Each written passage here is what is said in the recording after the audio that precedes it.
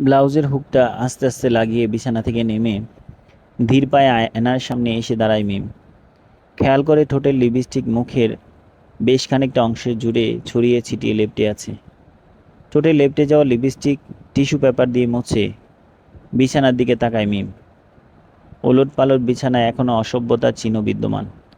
মারুফ তখনও বিছানায় শুয়ে শুয়ে মিমের দিকে তাকিয়ে হাসে। আজকে একটু বেশি হয়ে গেল। মিম কিঞ্চিত লজ্জায় লাল হয়। আজকাল একটু বেশি অসভ্য হয়ে গেছো তুমি। এত পাগল হয়ে যাও বিছানায়। রোজ বউয়ের সাথে থেকেও আমার সাথে কাছে আসো, তারপরও এত এনার্জি কই আসে, কোথা থেকে? মারুফ কিছু বলার আগেই মিমের ফোন বেজে ওঠে। বেজে যাওয়া ফোনটা রিসিভ করে বেশ শান্ত গলায় বলে, মামুন, আমি রেহানা ভাবির বাসায় ড্রেসটা সেলাই করতে দিতে এসেছিলাম, তারপর বাচ্চাকে স্কুল থেকে নিয়েই ফিরছি। ফোন ডাকতেই মারুফ হেসে ওঠে। কি সুন্দর মিথ্যা বলতে পারো তুমি। তোমার জন্যই তো বলতে হয়। আচ্ছা, আমি যাই। বউ থাকার পরও কেন তোমাকে বারবার ডাকি, সে উত্তরটা শুনে যাবে না মিম? না, এখন না, পরে শুনবো। এবার গেলাম, আচ্ছা। মিম লিপস্টিক মুছে কপালের টিপ ঠিক করতে করতে বাইরে এসে স্বস্তি নিঃশ্বাস ফেলে। যাক, যাক বাবা, মিথ্যা কথা বলে মামুনের কাছ থেকে পার পাওয়া গেল এবার। মারুফ তখন ডাকে, কি যে পাগলামি করে। ইদানিং তার পাগলামিটা বেড়ে গেছে। এই অনৈতিক সম্পর্ক থেকে কতবার বেরিয়ে যেতে চেয়েও পারেনি। কি এক নিষিদ্ধ নেশায় পড়ে বসেছে। হাজারবার যাব না বলে সিদ্ধান্ত নেওয়ার পর মারুফের ফাইনাল কল সে আর অগ্রাহ্য করতে পারে না। নিজের সমস্ত অস্তিত্ব তাকে বিলিয়ে দিতে মনে হয় সুখ। আদৌ কি সেই সুখ মিম জানে না। স্বামী হিসাবে মামুন যতটাই তাকে অসম্মান করুক, যতটা তাকে একাকিত্বে রাখুক, তবুও মানুষকে ঠকানো কি তার উচিত হচ্ছে? তাও জানে না সে।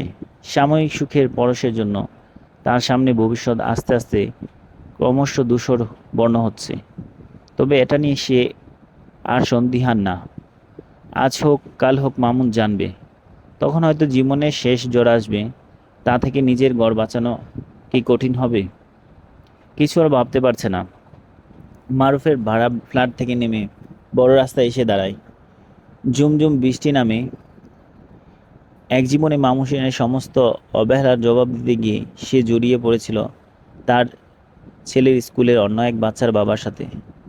লোকটার নাম মারুফ। তাদের সম্পর্ক বয়স 3 বছর।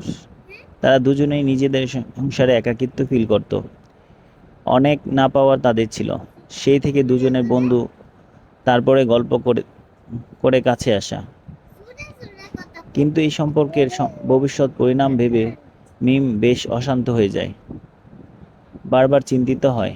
তবে কিসের নেশায় যেন বেরিয়ে আসতে চাইলেও পারছে না। রিকশা ডাকে যতক্ষণে ততক্ষণ বৃষ্টি ভিজে যায় মিম।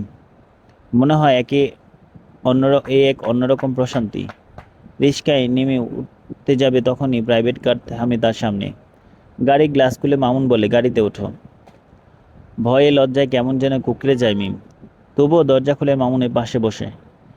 আমি রেহানা বাবির বাসা থেকে ফেরার পথে সিএনজি নষ্ট হয়ে গিয়েছিল, তাই রিক্সা খুঁজছিলাম। মামুন বলে, আমি তোমাকে কোনো প্রশ্ন করিনি মিম। তাছাড়া এই জায়গায় কিংবা আশেপাশে রেহানা ভাবির বাসা না। স্কুল আজ জলদি ছুটি হয়ে গিয়েছিল। তোমাকে স্কুল থেকে ফোন দিয়েছিল, কিন্তু তোমার ফোন অফ থাকায় স্কুল থেকে আমাকে ফোন দিয়েছিল। মিম কি বলবে বুঝতে পারছে না। মারুফের সাথে চূড়ান্ত মুহূর্তে ফোন আসছে দেখে মারুফ অফ করে দিয়েছিল। পরে অন করেছিল, কিন্তু আর নোটিফিকেশন দেখা হয়নি। না মানে, মিম স্কুল থেকে ফোন দেওয়ার 5 মিনিট পরে রেহানা ভাবি আমাকে ফোন দিয়েছিল তোমাকে না পেয়ে। বাচ্চাটা অনেকক্ষণ ওনার কাছে ছিল। আমি ছেলেকে স্কুল থেকে কবেই বাড়ি নিয়ে ফিরেছি, দেখলাম তুমি বাসায় নেই। আমি জানি তুমি কই থাকবা, তাই এখানে আসা। কাছাকাছি এসেই তোমাকে ফোন দিয়েছিলাম। তুমি বললে রেহানা বাবির বাসায়, অথচ তুমি এইখানে অন্য আরেকজনের ফ্ল্যাটে। মারুফ সাহেব যে ফ্ল্যাটটা বাসা ভাড়া করেছে সেটা আমার বন্ধু রাকিবের, তাই এখান থেকে তথ্য পাওয়াটা আমার জন্য কষ্টসাধ্য না। মিম কেবল শুনেই যাচ্ছে। বয়সে কেঁপে উঠছে বারবার। যা আশঙ্কা করেছিল তাই হতে যাচ্ছে। মামুন বলেই যাচ্ছে, গত 6 মাস থেকে আমি তোমাকে প্রতিটা মুহূর্তে ফলো করে যাচ্ছি। হুট করে তো সিদ্ধান্ত যেতে পারি না।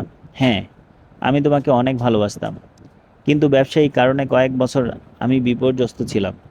সেখানে তোমার সাপোর্ট দরকার ছিল। তোমাকে আমি সব বলেছিলাম। অনেক সময় তোমার উপরে অন্যায় করেছিলাম। ঝগড়া মারামারি অল্প অল্প হয়েছে। কিন্তু লাইফের 7টা বছর যদি 1 বছর 2 বছর অন্যায় করি আর বাকি 5 বছর ভালোবাসি তোমাকে, তবে কি তার হিসাব তোমার কাছে ছিল না? একটু অপেক্ষা করতে পারতে না? করনি। জড়িয়ে গেছো পরকীয়ায়। হয়তো আমাকে আর ভালো লাগেনি।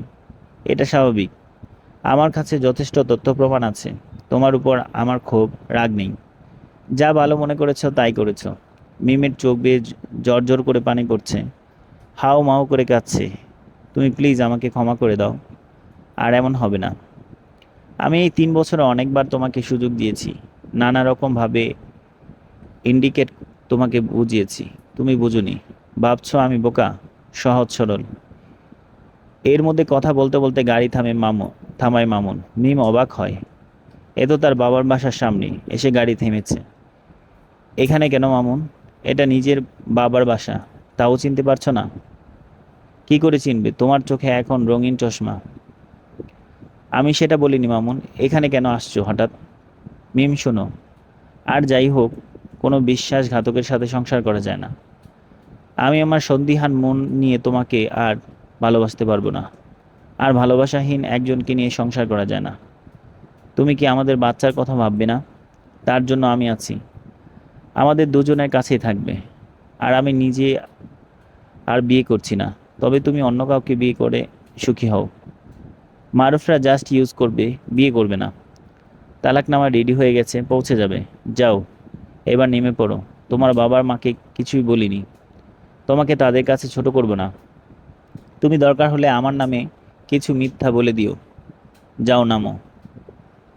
সব পর্ব পেতে এই আইডিতে ঢুকুন। সরি মিম, টাইম শেষ হয়ে গেছে। এই সিদ্ধান্ত একদিনে নিইনি। মিম গাড়ি থেকে নেমে যায়। ততক্ষণে মামুন গাড়ি নিয়ে হাও হয়ে যায়।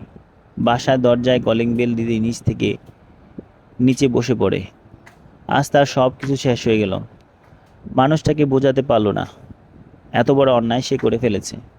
দরজা খুলে মায়ের ডাকে স্তম্ভিত ফিরে মিম। কিছু হয়েছে? কাঁদছিস কেন? মা, আমার সব কিছু শেষ হয়ে গেছে। আমি নিজের হাতে সব শেষ করে ফেললাম। আমি আর বাঁচতে চাই না বলেই মায়ের বুকে ঝাঁপিয়ে পড়ে অজ্ঞান হয়ে পড়ে মিম। মায়ের চিৎকারে এগিয়ে আসে বাবা সহ অনেকে। মিমকে ধরাধরি করে ভিতরে নিয়ে যাওয়া হয়। মিম আশেপাশে তাকিয়ে ফ্ল্যাটের দরজা আলতো ঢেলে ভেতরে ঢুকতেই মারুফ একবারে বন্ধ করে দিল। তারপর হ্যাঁচকা টানে মিমের বাহু বন্ধনে আবদ্ধ করতেই মিম তাকে শরীরে সমস্ত শক্তি দিয়ে বাধা দিল। কি করছো তুমি মারুফ? প্রতিদিন যা করি সেটাই। নতুন কি? তুমি কি সাধু সন্ন্যাসী দলে নাম লিখিয়েছো নাকি ইদানিং? নাকি প্রতিভক্তি রমণী হয়ে গেছো? মিম নিজেকে ছাড়িয়ে একটু দূরে আসে। মারুফ, আমি তোমাকে সব বলছি। আমার স্বামী আমাকে ত্যাগ করেছে। গত 3 দিন থেকে আমি একেবারে ভেঙে পড়েছি। সব জানার পর কোথায় তুমি আমাকে ভরসা দেবে তা না, উল্টো আমাকে ফোন ধরছো না, আমাকে এড়িয়ে চলছো। কেন এমন করছো তুমি? দেখো, আমি ব্যবসা করি। আমার অনেক কাজ থাকে। সব সময় ফোন ধরা সম্ভব না। অজুহাত বাদ দাও। আগে ব্যবসা ছিল তোমার। আমি এসেছি কিছু সিরিয়াস বিষয় নিয়ে কথা বলতে। তারপর আমি চলে যাব। সিরিয়াস বিষয় না হয় পরে বলবে। আসো, আগে একটু আদর করে নিই। মারুফ ধীর পায়ে এগিয়ে যায় মিমের দিকে। মিম দেয়ালে ঘেঁষে দাঁড়ানোর কারণে আর দূরে যেতে পারে না। মারুফ হ্যাঁচকা টানে মিমের শাড়ি বুক থেকে সরিয়ে দেয়। তারপর অনেকটা বাজুকলায় করে বিছানায় এনে শুয়ে দেয়। দু হাতে শক্ত করে ধরে ঠোঁটের উপরে ছুঁয়ে দেওয়ার চেষ্টা করতেই বেশ ধস্তাধস্তি হয় মিমের সাথে। ধস্তাধস্তির এক পর্যায়ে ফুল হাতা ব্লাউজের খানিকটা অংশ ছিঁড়ে যায়। মিমের চোখ দিয়ে পানি পড়তে দেখে বেশ ঘাবড়ে যায় মারুফ। তৎক্ষণাৎ তাকে ছেড়ে দিয়ে উঠে যায়। আচ্ছা, তুমি যাও আজ। মিম নিজের কাপড় ঠিক করে উঠে দাঁড়ায়। মারুফ, আমি তোমাকে অনেক ভালোবাসি। এই 3 বছরে আমি এতটাই দূরে এসে গেছি যে সেখান থেকে ফেরা কঠিন। এদিকে আমি আমার স্বামী আমাকে ফেলে চলে গেছে। আর তুমি যদি এমন করো, তখন মরা ছাড়া আমার আর কোনো পথ থাকবে না। কি বলবে স্পষ্ট করে বলো মিম। আমাকে যেতে হবে, মিটিং আছে ক্লায়েন্টের সাথে। আমাকে তুমি অনেকবার সারা জীবনের জন্য পেতে চেয়েছো। বলেছো রাজরানী করে রাখবে। তুমি বলেছো আমার মতো এই জীবনে কেউ তোমাকে ভালোবাসে না। এখন সময় এসেছে কথা রাখার। মারুফ, তুমি কি আমাকে বিয়ে করবে? কি বলছো তুমি? পাগল হলে? তুমি জানো আমি বিবাহিত, আমার দুটো বাচ্চা আছে। না না, ওদের ছাড়তে হবে না। তোমার বউ থাকুক, আমাকে শুধু স্বীকৃতি দাও। যখন তোমার মন চাইবে আমার কাছে আসবে, আমি কিছু বলবো না। মা বাবা যদি জানে আমার ভুলের জন্য স্বামী আমাকে তালাক দিছে, তবে আমাকে বাসায় রাখবে না। প্লিজ মারুফ, তুমি আমাকে বিয়ে করো, আমাকে বাঁচতে দাও। না হলে হয়তো আমাকে আত্মহত্যা করতে হবে। দেখো মিম, এটা সম্ভব না। আমি একটা সমাজে বসবাস করি। ব্যবসার জন্য সমাজে অনেকের কাছে আমার ওঠা বসা, যা সম্মান আছে সেটা শেষ হয়ে যাবে। তাছাড়া আমার বউ মিতু কিছুটা টের পেয়ে গেছে। অল্পতে তার যা রিয়েকশন, শেষ পর্যন্ত কেলেঙ্কারি হয়ে যাবে। আমি এটা করতে পারবো না। তাহলে এতদিন যা ছিল সব ভুল ছিল? কেন তুমি আমাকে স্বপ্ন দেখিয়েছো? এত ভালোবাসার অভিনয় কেন করলে? শুধু আমাকে ভোগ করার জন্য? তুমি দিনের পর দিন আমার নিজের শরীর নিয়ে খেলেছো। তুমি শুধু শরীরটাই বুঝলে। প্রথম দেখাতেই তোমাকে ভালো লেগেছিল। তুমি যথেষ্ট সুন্দরী। কিছু ভালো লাগা সেটা পাওয়া আমার নেশা। এক জীবনে আমি যা চেয়েছি তা পেয়েছি। তবে একা আমি কেবল সুখ পাইনি। তুমি নিজের প্রয়োজন আমার কাছে মিটিয়েছ। একাই পাপ? তুমিও পাপী মিম। হ্যাঁ হ্যাঁ, আমি পাপী। আমি আমার স্বামীর কাছে পাপ করেছি, বাচ্চাদের সাথে পাপ করেছি, বাবা মায়ের সাথে পাপ করেছি, তোমাকে ভালোবেসে পাপ করেছি, অনেক পাপ করেছি। চিৎকার করে কথাগুলো বলতে বলতে হু হু করে কেঁদে ওঠে মিম। দেখো মিম, বাড়াবাড়ি করো না। যা সম্ভব না তা নিয়ে ইমোশনালি ব্ল্যাকমেল করো না। আমি এখন চলে যাচ্ছি। আর শোনো, আজকের পর থেকে আমাদের সম্পর্ক শেষ। আমাকে আর কোনোদিন ফোন দিবা না, এমনকি দেখা করারও চেষ্টা করবা না। বাহ বাহ, শেষ পর্যন্ত মুখোশ খুলে ফেললে। আমার এত ভালো একটা স্বামী থেকে আমাকে ছিনিয়ে ভাবছো তুমি ভালো থাকবে? আমি তোমার বউ মিতুকে সব বলে দেব, একেবারে ছবি পর্যন্ত দেখাবো। এটা কিন্তু বেশ বাড়াবাড়ি মিম। আমি ছিনিয়ে আনিনি, নিজের ইচ্ছাতে এসেছো। যা যা করেছো তোমার ইচ্ছায়, আমি জোর করিনি কিছু। বাড়াবাড়ি কি দেখছো? তুমি আমাকে ইমোশনালি ফাঁদে ফেলেছিলে, আমি তখন বুঝিনি। আমাকে ভালোবেসে ফেলেছিলাম, এটা অন্যায় ছিল। আর এখন আমার সব শেষ করে তুমি হাওয়া লাগিয়ে বেড়াবে? তোমার তো মেয়ের অভাব নেই। তোমার সেই লাবণী, কণিকা, আর কে কে যেন আছে। আহ শান্তা, আমি তো তোমার কাছে ইউজ হয়ে শেষ হয়ে গিয়েছি। এখন উল্টো ঝামেলা রাখবে না, তাই না? তোমাকেও আমি ভালো থাকতে দেব না।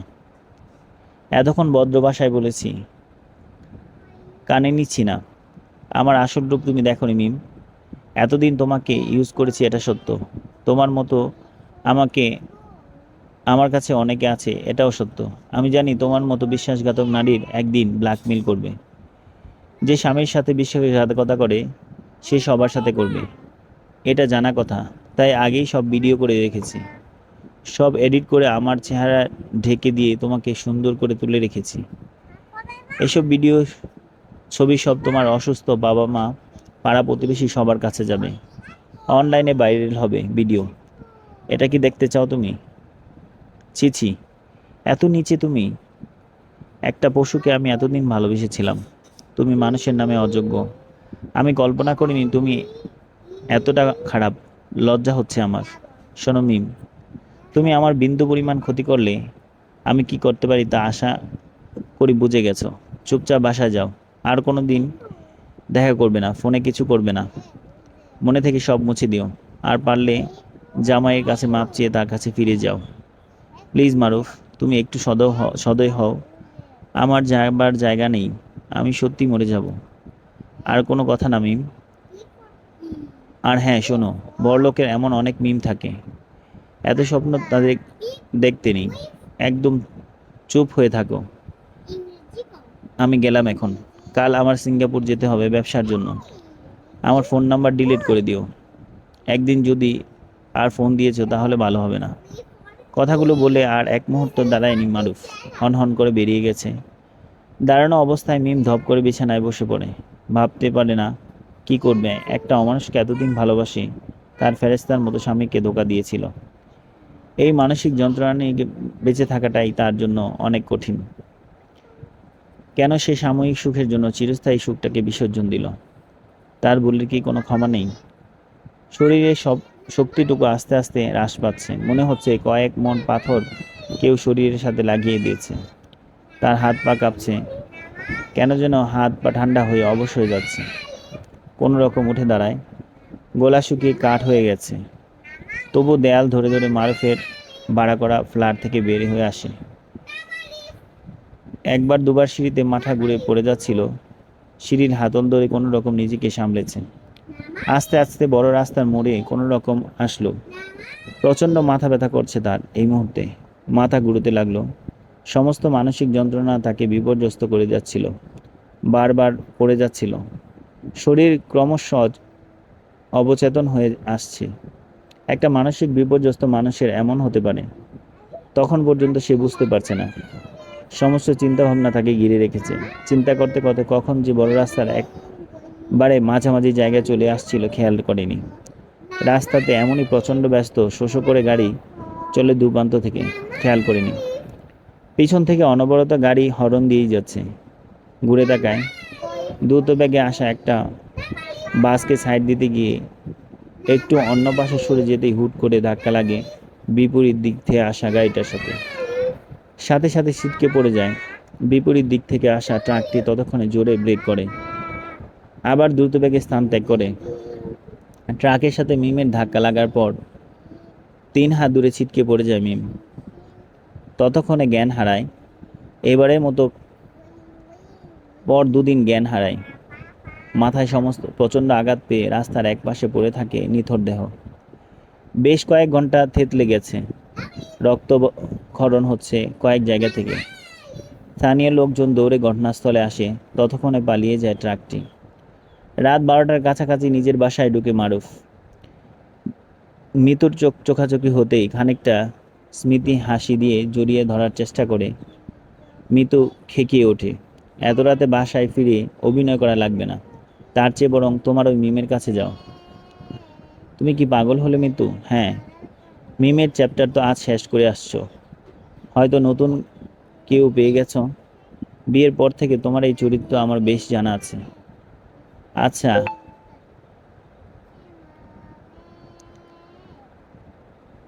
আরও কে কে জানি তোমার রক্ষিতা আছে? তোমার তো এসবের অভাব নেই। টিয়া, ময়না কতজন আছে।